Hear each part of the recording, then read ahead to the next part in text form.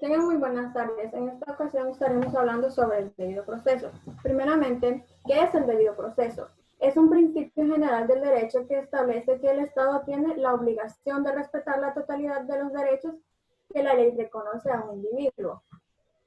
Primero, hablaremos sobre el origen etimólogo de las dos palabras que le dan forma al debido. El debido es el primer lugar que procede del latín, en concreto emana del verbo deberé, que puede traducirse como tener algo de otro. Proceso es un lugar, en el segundo lugar también deriva del latín, en su caso de processus, que es sinónimo de desarrollo o marcha.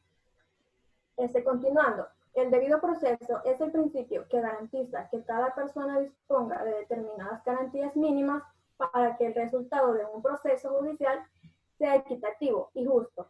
Gracias al debido proceso, un sujeto puede hacerse escuchar ante el juez. Cuando desde el Estado no se respeta aquello que fija la ley, se produce una violación del debido proceso. Esta situación puede provocar un daño a la persona, que vulnerando sus derechos, por lo general, el debido proceso se vincula al respeto por los derechos de una persona, que en el marco del procedimiento judicial puede pasar de acusada a imputada, luego procesada y finalmente condenada. Todos estos pasos que llevan a la condena deben ser concordantes con la legislación y tienen que realizarse garantizando el debido proceso, y si el debido proceso no cumple, se puede llegar a una condena injusta o contraria a la ley. Hasta aquí mi intervención. Siguiendo con el tema del debido proceso, el debido proceso un fundamento esencial del derecho procesal, pero es igualmente una exigencia del ordenamiento de los derechos humanos. Esto ocurre porque los principios que forman el debido proceso son garantías, tales como el derecho a la vida, el derecho a la protección o el goce de la salud. También hay que tener en cuenta que el debido proceso se rige por leyes internacionales, tales como la Convención Americana. En su artículo octavo de la Declaración Universal consagra que los lineamientos del debido proceso y nos dice que toda persona tiene derecho a un recurso efectivo ante tribunales nacionales competentes que le ampare contra actos que violenten sus derechos fundamentales, reconocidos por la Constitución o por la ley. Y siendo así, en nuestra Constitución actual se encuentra el lineamiento de los artículos 11 y 12. Hasta aquí mi intervención.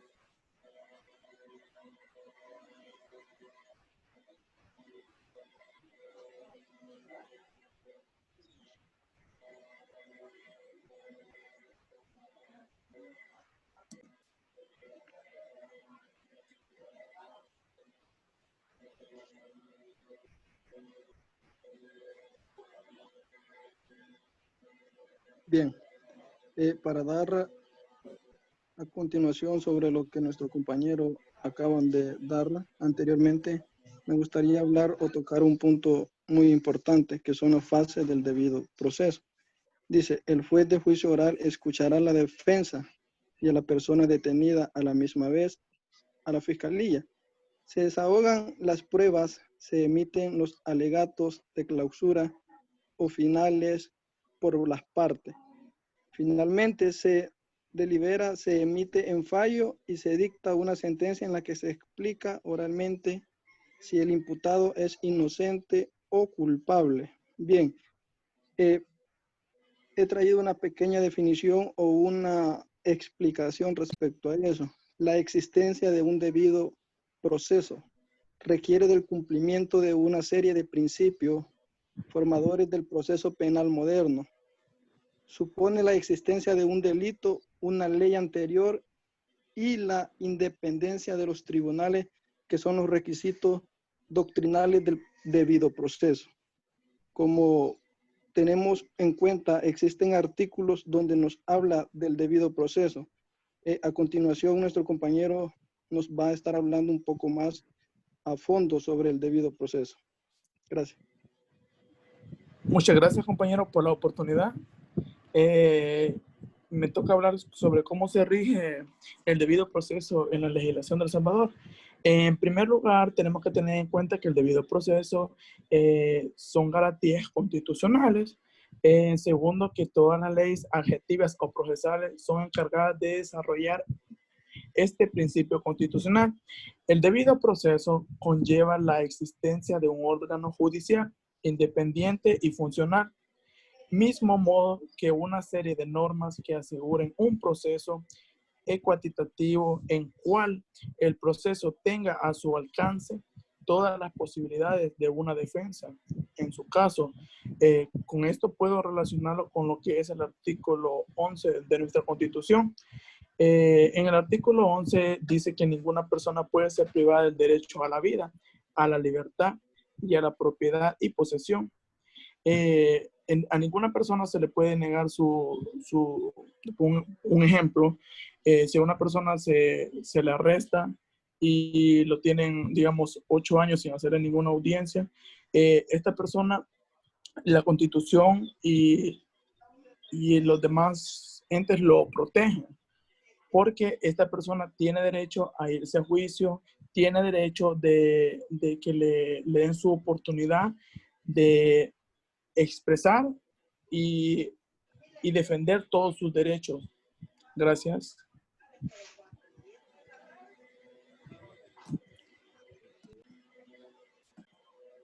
En conclusión, es importante señalar que el debido proceso no es exclusivo de la norma procesal penal.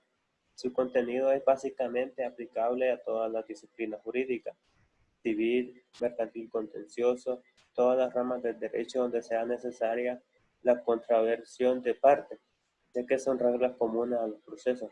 Como su determinación lo establece, debido proceso es una observancia plena de cada una de las reglas que la ley regula, dejando afuera las arbitrariedades, las valoraciones subjetivas del aplicador de la ley y aplicando de manera imparcial las disposiciones normativas.